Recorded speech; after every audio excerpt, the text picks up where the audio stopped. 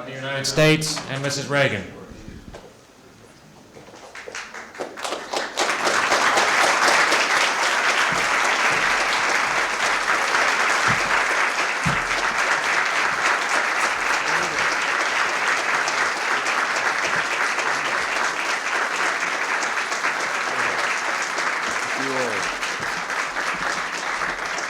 Thank you very much. Please sit down. We want to welcome each of you to the White House.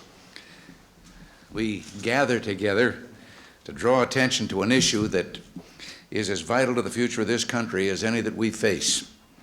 No one should doubt that economic and technological progress will have a little or very little impact unless the spirit of our people remains strong. Calvin Coolidge, a president whom I greatly admire, once said, "The government of a country never gets ahead of the religion of a country." Fostering the faith and character of our people is one of the great trusts of responsible leadership. I deeply believe that if those in government offer a good example, and if the people preserve the freedom which is their birthright as Americans, no one need fear the future. Unfortunately, in the last 2 decades, we've experienced an onslaught of such twisted logic that if Alice were visiting America, she might think she'd never left Wonderland.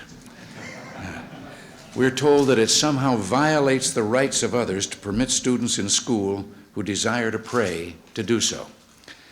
Clearly, this infringes on the freedom of those who choose to pray, a freedom taken for granted since the time of our founding fathers.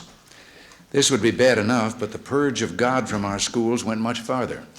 In one case, a federal court ruled against the right of children to voluntarily say grace before lunch in the school cafeteria. In another situation, a group of children, again on their own initiative and with their parents' approval, wanted to begin the school day with a minute of prayer and meditation, and they too were prohibited from doing so. Students have even been prevented from having voluntary prayer groups on school property after class hours, just on their own. Now, no one is suggesting that others should be forced into any religious activity, but to prevent those who believe in God from expressing their faith is an outrage, and the relentless drive to eliminate God from our schools can and should be stopped.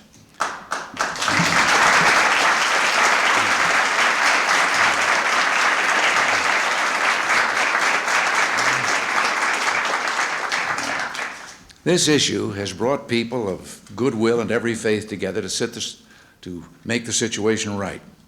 We believe that permitting voluntary prayer in public schools is within the finest traditions of this country and consistent with the principles of American liberty.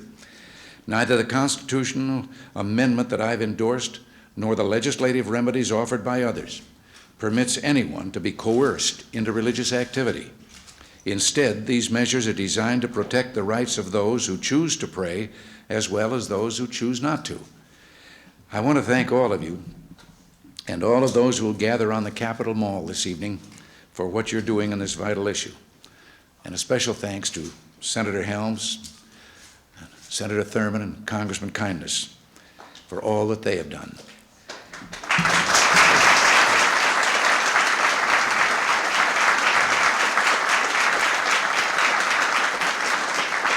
Today, I'd like to take this opportunity to urge the Senate to move directly on the constitutional amendment now awaiting action. But Senate action is not enough. The leadership in the House has the proposed constitutional amendment bottled up and has thus far failed to hold the appropriate hearings. Some suggest we should keep religion out of politics. Well, the opposite is also true. Those in politics should keep their hands off of the religious freedom of our people and especially our children.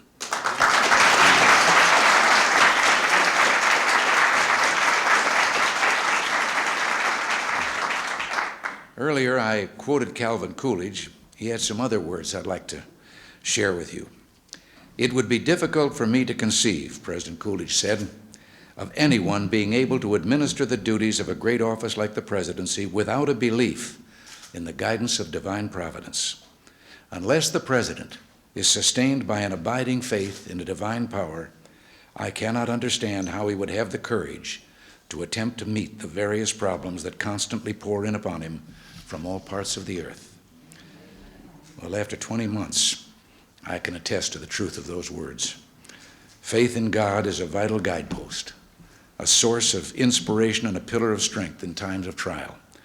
In recognition of this, the Congress and the Supreme Court begin each day with a prayer. And that's why we provide chaplains for the armed forces. We can and must respect the rights of those who are non-believers, but we must not cut ourselves off from this indispensable source of strength and guidance. I think it'd be a tragedy for us to deny our children what the rest of us in and out of government find so valuable. If the President of the United States can pray with others in the Oval Office, and I have on a number of occasions, then let's make certain that our children have the same right as they go about preparing for their futures and for the future of this country. And now I understand that we're to light some candles. I think you children are to go down there, and someone is to present me with a, there it is.